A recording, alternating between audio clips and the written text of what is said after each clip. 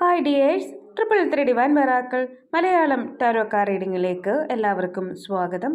നമ്മൾ ഇന്നിവിടെ നോക്കാൻ പോകുന്നത് നിങ്ങളുടെ പേഴ്സൺ ഈ ഒരു നിമിഷം നിങ്ങളെക്കുറിച്ചിപ്പോൾ എന്താണ് ചിന്തിക്കുന്നത് എന്നുള്ളതാണ്. ഈ ഒരു സ്പെഷ്യൽ ഡേ അവർ നിങ്ങളെക്കുറിച്ച് എന്താണ് ചിന്തിച്ചത്?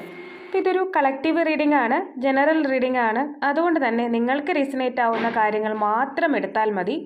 ഫോഴ്സ്ഫുള്ളി നിങ്ങളുടെ ലൈഫിലേക്ക് നിങ്ങൾക്ക് ഇഷ്ടമില്ലാത്ത കാര്യങ്ങൾ ഒന്നും തന്നെ നിങ്ങൾ അട്രാക്റ്റ് ചെയ്യേണ്ടതില്ല. ഇതൊരു ടൈംലെസ് വീഡിയോ കൂടിയാണ്. നിങ്ങളിത് എപ്പോൾ കണ്ടാലും അപ്പോൾ മുതൽ നിങ്ങൾക്കിത് റീസണേറ്റ് ആയിരിക്കും. അപ്പോൾ നമ്മൾ റീഡിംഗ് സ്റ്റാർട്ട് ചെയ്യുകയാണ്. Dear archangels, my spirit guide, please give me the accurate reading for you. നിങ്ങളുടെ പേഴ്സൺ ഈ ഒരു നിമിഷം നിങ്ങളെക്കുറിച്ചിപ്പോൾ എന്താണ് ചിന്തിക്കുന്നത്? അതുപോലെ തന്നെ എല്ലാവർക്കും അഡ്വാൻസ് തിരുവോണാശംസകൾ. എല്ലാവരും സുഖമായും സന്തോഷമായും ഇരിക്കുന്നുവെന്നാണ് വിശ്വസിക്കുന്നത്. അപ്പോൾ നമുക്ക് റീഡിംഗ് സ്റ്റാർട്ട് ചെയ്യാം. നിങ്ങളുടെ വ്യക്തി, നിങ്ങൾ മനസ്സിൽ വിചാരിക്കുന്ന ആ ഒരു പേഴ്സൺ നിങ്ങളെക്കുറിച്ചിപ്പോൾ എന്താണ് ചിന്തിച്ചുകൊണ്ടിരിക്കുന്നത്? യെസ്, റൊമാൻസ് ഏഞ്ചൽസ് ഈ ഒരു റിലേഷൻഷിപ്പിനെ കുറിച്ച് നിങ്ങളോട് പറയുന്ന ഒരു കാര്യം ഇതാണ്: നിങ്ങൾ നിങ്ങളെ തന്നെ ആദ്യം സ്നേഹിക്കുക എന്നുള്ളത്. Love your self first.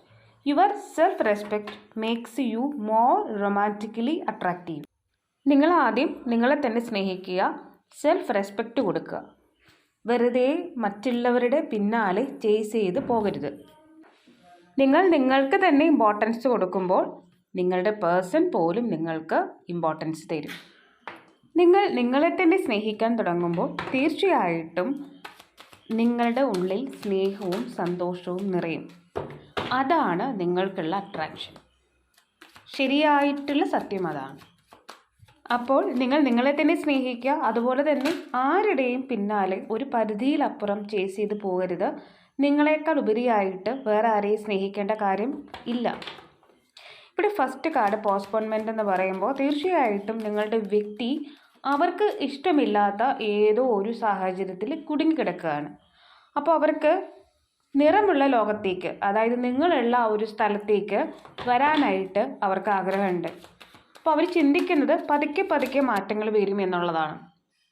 ഒരു പക്ഷേ നിങ്ങൾ ഫുൾ മൂൺ, ന്യൂ മൂൺ മാനിഫെസ്റ്റേഷനൊക്കെ ചെയ്യുന്നുണ്ടായിരിക്കാം. അപ്പോൾ പതുക്കെ പതുക്കെ മാറ്റങ്ങൾ വരുമെന്ന് അവർ പ്രതീക്ഷിക്കുകയാണ്. അതേപോലെ തന്നെ അവർ നിങ്ങൾക്ക് വേണ്ടിയിട്ട് ഫൈറ്റ് ചെയ്യുന്നുണ്ട്. അതെന്തിനു വേണ്ടിയാണെന്ന് വെച്ചാൽ ഈ ഒരു റിലേഷൻഷിപ്പ് സ്റ്റേബിളായിട്ട് മുന്നോട്ട് പോകാനും സക്സസ് ആകാനും അവർ ഫൈറ്റ് ചെയ്യുകയാണ്. അപ്പോൾ അവരുടെ ആ ഒരു ഫൈറ്റിംഗ് പീരീഡാണ് നടന്നുകൊണ്ടിരിക്കുന്നത്. അപ്പോൾ അവർക്ക് നിങ്ങളുടെ അടുത്ത് നല്ല സ്നേഹം ഉണ്ടെന്നുള്ളതാണ് ഇവിടെ നമുക്ക് കാണാൻ സാധിക്കുന്നത്.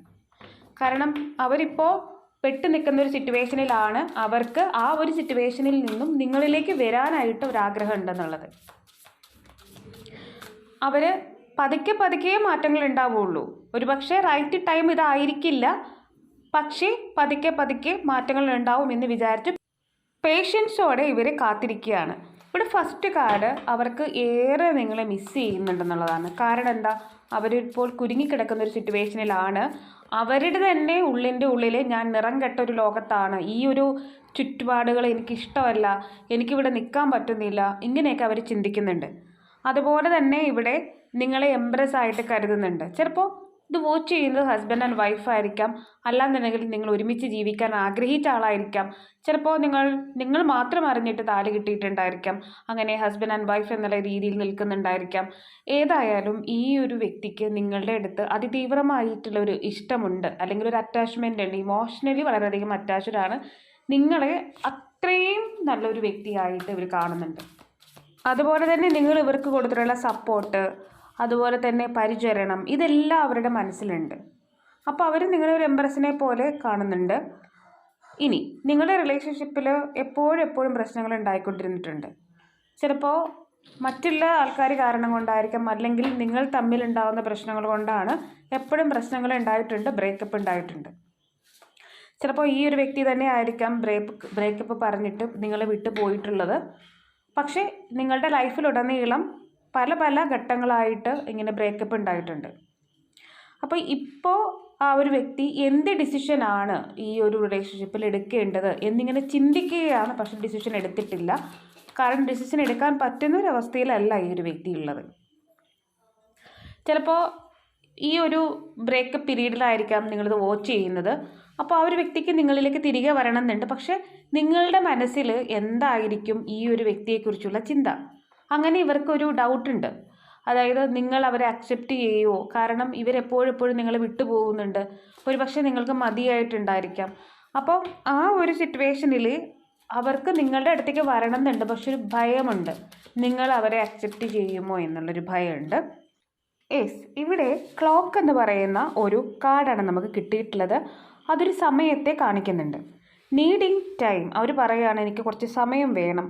സൈക്കിൾസ്, അതായത് ഒരു സൈക്കിൾ ഇപ്പോൾ അവസാനിച്ചിട്ടുണ്ട്, നിങ്ങൾ ബ്രേക്കപ്പ് പീരീഡിലാണ്, പുതിയതായിട്ട് റിലേഷൻഷിപ്പിനെ സ്റ്റേബിളായിട്ട് മുന്നോട്ട് കൊണ്ടുപോകാനായിട്ട് ആഗ്രഹിക്കുന്നുണ്ട്, സമയം വേണം. പക്ഷേ ടേക്ക് ടൈം ടു ഹീൽ. അതേപോലെ തന്നെ ഇവർ നിങ്ങളെ ഏറെ വേദനിപ്പിക്കുകയും ചെയ്തിട്ടുണ്ട്.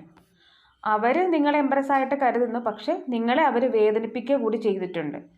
അപ്പോൾ അത് ഹീലാകാനായിട്ടും ഒരു സമയമെടുക്കും. അതുകൊണ്ടാണ് ഇവർക്ക് ഒരു പേടി.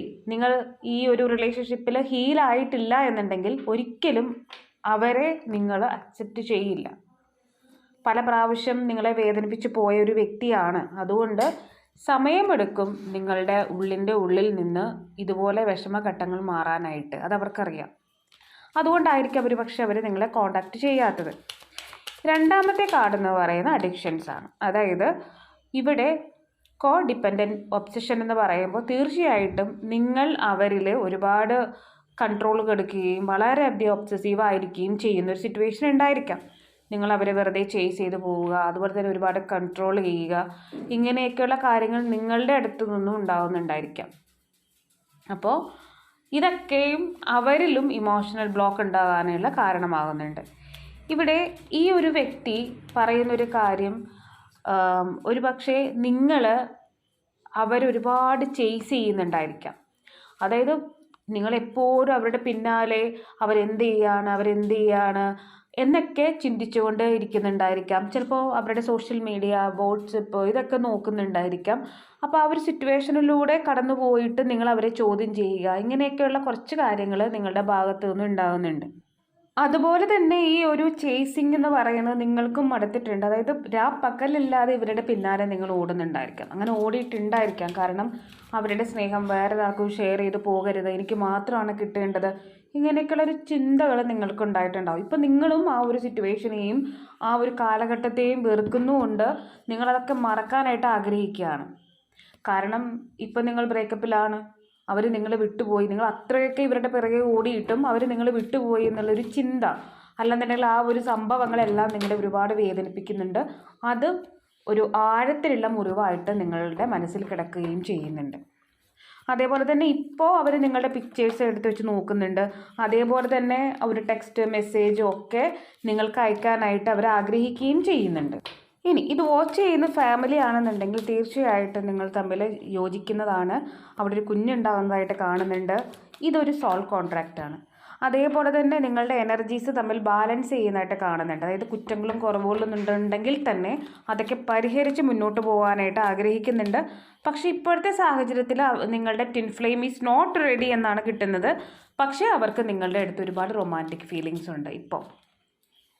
ഇനി നമുക്ക് നിങ്ങൾക്കൊരു ആശ്വാസം പകരുന്നൊരു കാര്യമാണ്, നിങ്ങൾ ഒരു കാരണവശാലും വിഷമിക്കേണ്ടതായിട്ടുള്ള സിറ്റുവേഷൻ ഇവിടെ ഇല്ല എന്നുള്ളത്. അപ്പോൾ twin flame is not ready എന്നൊക്കെ കേൾക്കുമ്പോൾ അയ്യോ ഇപ്പോൾ ആൾ റെഡി ഇല്ലേ എന്ന് നിങ്ങൾ ചിന്തിക്കുന്നുണ്ടെന്നുണ്ടെങ്കിലും ഇപ്പോൾ അവർക്ക് ഒരു തീരുമാനം എടുക്കാൻ പറ്റാത്ത ഒരു സിറ്റുവേഷനിൽ കുടുങ്ങിയിരിക്കുകയാണെന്ന് ഫസ്റ്റ് കാർഡ് പറയുന്നുണ്ട്. അപ്പോൾ അവരുടെ സാഹചര്യം ഇതാണെന്ന് മനസ്സിലാക്കുക. പക്ഷേ ഈ ഒരു സിറ്റുവേഷനിൽ അല്ലെങ്കിൽ ഈ ഒരു റിലേഷൻഷിപ്പിൽ ഭയപ്പെടാനുള്ള ഒരു കാരണവും ഇല്ല എന്നുള്ളത് ഡിവൈൻ നിങ്ങൾക്ക് നൽകുന്ന മെസ്സേജാണ്. അപ്പോൾ ഇതാണ് അവർ നിങ്ങളെക്കുറിച്ച് ചിന്തിക്കുന്നത്. അപ്പോൾ പേഴ്സണൽ നെയിം എന്ന് പറയുന്നത് GLMB എന്ന് കിട്ടിയിട്ടുണ്ട്. K എന്നാണ് കിട്ടിയിട്ടുള്ളത്. JOWSH. അപ്പോൾ ഇതൊക്കെയാണ് പേഴ്സണൽ നെയിമിൽ ലെറ്റേഴ്സായിട്ട് കിട്ടിയിട്ടുള്ളത്. അവർക്ക് നിങ്ങളുടെ അടുത്ത് ഒരുപാട് റൊമാൻറ്റിക് ഫീലിങ്സ് ഉണ്ടെന്ന് പറയുന്നുണ്ട്.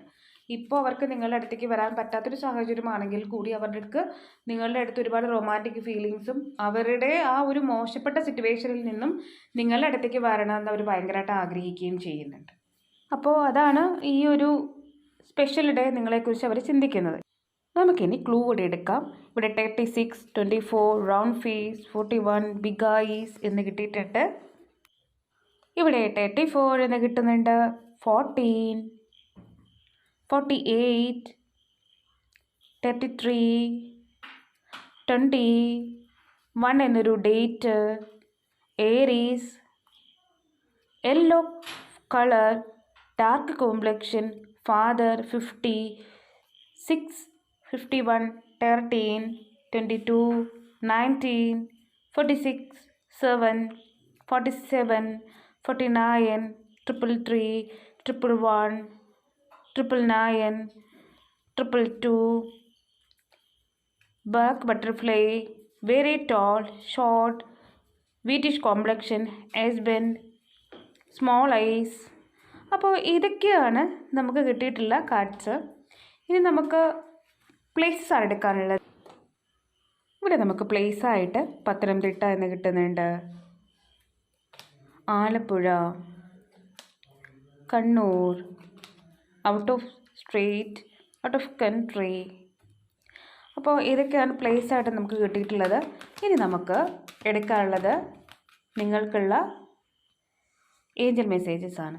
No need to worry. ഒരു കാരണവശാലും നിങ്ങൾ വിഷമിക്കേണ്ട കാര്യമില്ല എന്നുള്ളത്. അപ്പോൾ നിങ്ങൾ ആഗ്രഹിക്കുന്നത് പോലെയൊക്കെയാണ് നിങ്ങളുടെ ലൈഫിൽ സംഭവിക്കുക. നിങ്ങൾ ഒരു കാരണവശാലും ഒരു കാര്യത്തിലും വിഷമിക്കേണ്ട കാര്യമില്ല. നിങ്ങളുടെ കൂടെ ഏഞ്ചലുണ്ട്, ഡിവൈനുണ്ട്. ഡിവൈൻ സപ്പോർട്ടുള്ള റിലേഷൻഷിപ്പാണ്. ഇതൊരു സോൾ കോൺട്രാക്റ്റ് ആണ് ആ ഒരു വ്യക്തി നിങ്ങൾ തമ്മിലുള്ളത്. നിങ്ങൾ തമ്മിൽ കണ്ടുമുട്ടേണ്ടത് ഒരു ഡിവൈൻ പർപ്പസിന് വേണ്ടിയിട്ടുള്ളതാണെന്ന് മനസ്സിലാക്കുക. അതുകൊണ്ട് ഡിവൈൻ സപ്പോർട്ടുള്ള റിലേഷൻഷിപ്പാണെന്ന് മനസ്സിലാക്കുക. അപ്പോൾ ഇതൊക്കെയാണ് നിങ്ങൾക്കുള്ള reading. Thank you Angel four A good reading and thanks for my cards. അപ്പോൾ ഇതൊക്കെയാണ് നിങ്ങൾക്കുള്ള റീഡിംഗ്. നിങ്ങൾക്ക് എൻ്റെ റീഡിംഗ് ഇഷ്ടമാവുകയാണെങ്കിൽ ലൈക്ക് ചെയ്യുക, ഷെയർ ചെയ്യുക, സബ്സ്ക്രൈബ് ചെയ്യുക. നിങ്ങളുടെ സപ്പോർട്ടാണ് എപ്പോഴും എൻ്റെ മോട്ടിവേഷൻ. അതുപോലെ തന്നെ നിങ്ങൾ ഇതുവരെ എനിക്ക് തന്നിട്ടുള്ള എല്ലാ സപ്പോർട്ടിനും ഞാൻ ഗ്രാറ്റിറ്റ്യൂഡ് പറയുന്നു, ദൈവത്തോടും നിങ്ങളോടും. ആർക്കെങ്കിലും പേഴ്സണൽ റീഡിംഗ് ആവശ്യമുണ്ടെങ്കിൽ ഡിസ്ക്രിപ്ഷൻ ബോക്സിലോ അല്ലെങ്കിൽ സ്ക്രീനിലോ കാണുന്ന നമ്പറിൽ നിങ്ങൾക്ക് എന്നെ വാട്സപ്പ് മെസ്സേജ് ചെയ്യാവുന്നതാണ്. ഞാനിടുന്ന വീഡിയോസ് എല്ലാം തന്നെ കിട്ടുന്നതിന് വേണ്ടി സബ്സ്ക്രൈബ് ചെയ്യുന്നതിനൊപ്പം തന്നെ അടുത്ത് കാണുന്ന ഒരു കുഞ്ഞു ബെല്ലൈക്കൻ കൂടി ഒന്ന് പ്രസ് ചെയ്തേക്കുക. അതുപോലെ തന്നെ ഇൻസ്റ്റാഗ്രാം പേജിൻ്റെ ലിങ്ക് ഞാൻ ഡിസ്ക്രിപ്ഷൻ ബോക്സിൽ കൊടുത്തിട്ടുണ്ട്, അതുകൂടി ഒന്ന് ഫോളോ ചെയ്യുക. മറ്റൊരു വീഡിയോയിൽ കാണുന്നത് വരെ ബൈ, ലവ് യു ഓൾ.